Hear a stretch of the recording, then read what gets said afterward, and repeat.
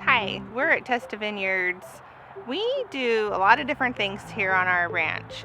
We have a winery, we make wine, we have wine tasting, and we have a vacation rental.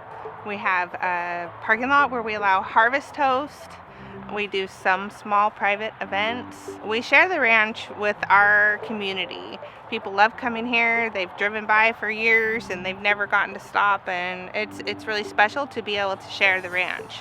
It's also beneficial to our business because sharing the ranch, sharing our product, renting the houses, it all allows for us to stay in a thriving, sustainable business for our family. It took a lot of work to get it ready to share with the public, including a lot of ADA, a lot of surfaces, a lot of structural improvements for our buildings. It's worth it because you get to work together with your family, hopefully, or people that you care about, for one goal, and that's to bring people to your place.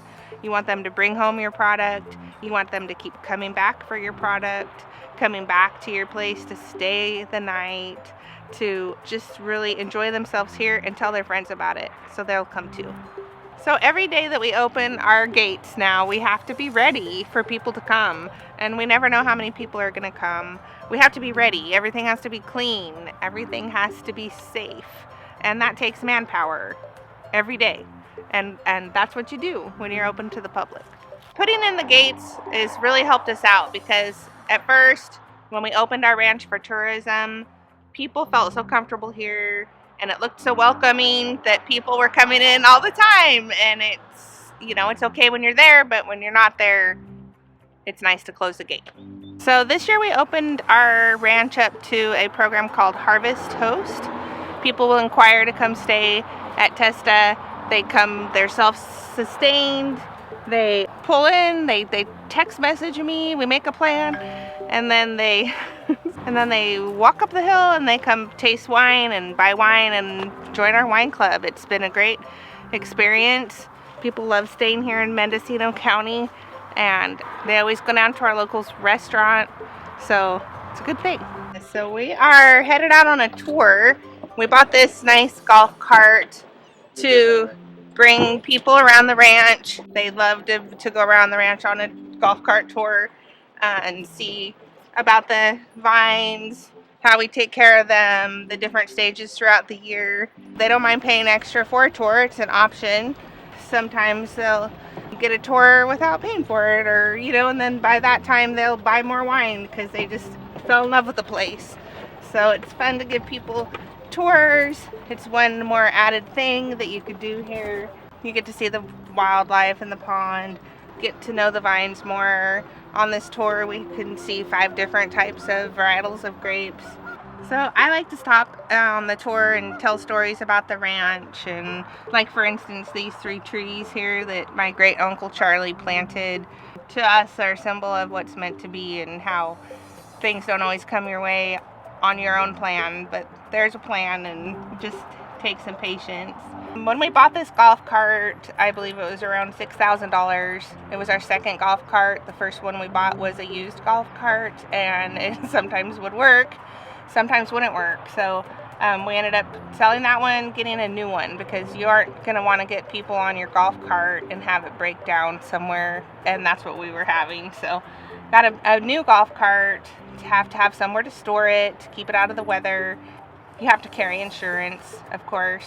Insurance is a big deal when you have people on your property. You have to have them sign a waiver.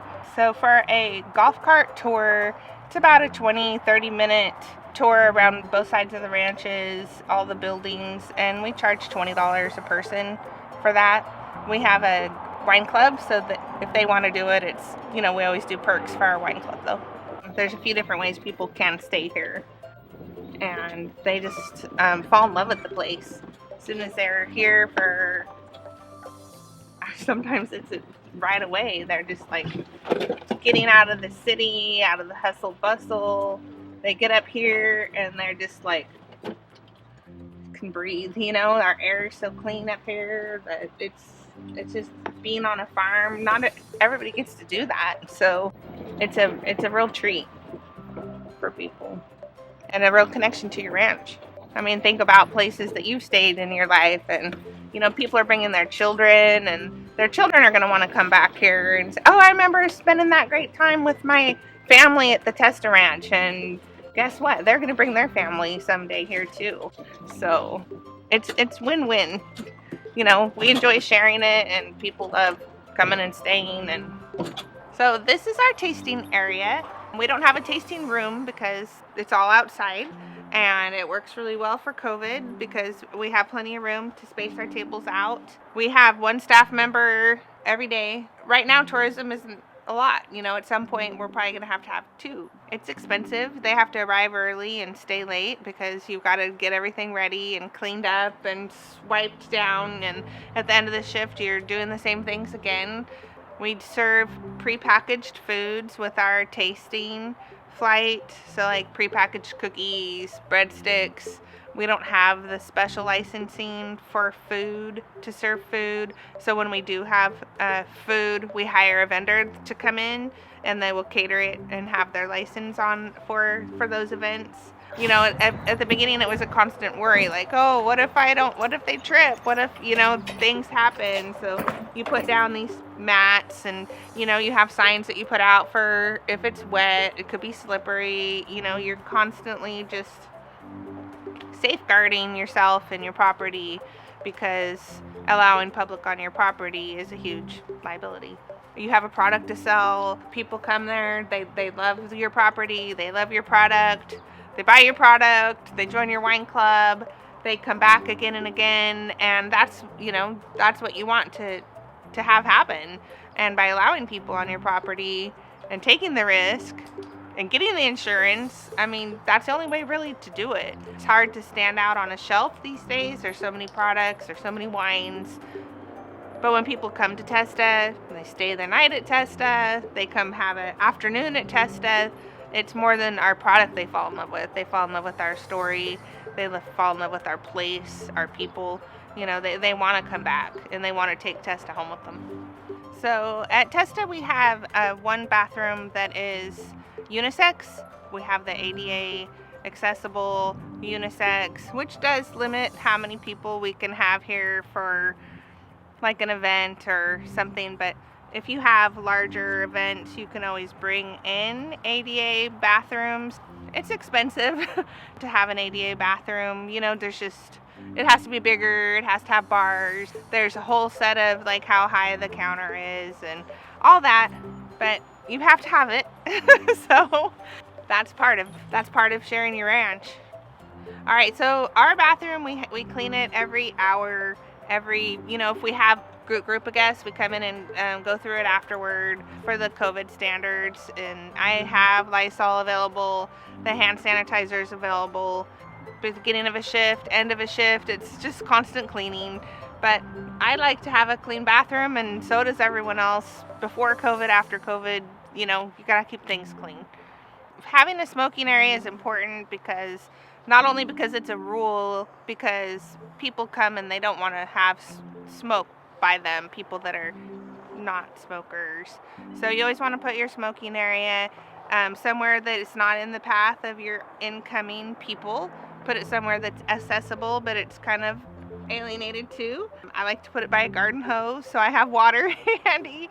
For as far as how often we clean, we have to clean every time there's somebody leaves, we clean it, and then if it's the next day, we go by and clean it again, just for a safe measure. So it's definitely every time somebody leaves the table and when you start a day. So we do let people have private events here. We limit it to like 50 people. If it goes over that, you have to bring in special things. People love having events here. They don't mind paying the price for it. It varies on how long the event is, if it's daytime, if it's nighttime, if it's, what's going on. And it's really hard to come up with the right price to help you cover all of your costs, because there's costs like bathroom rentals, people to shuttle people up the hill, parking, cleaning up your venue, making sure everything's tidy and plants are blooming and, the lawns are mowed and the yard is swept and clean, and just all the preparation, and then the cleanup afterward. The having, new people on your property is, you always have to have at least 2 or 3 people on your staff there to answer questions, make sure things go smoothly. And then, weather permitting, everything we have is outdoor.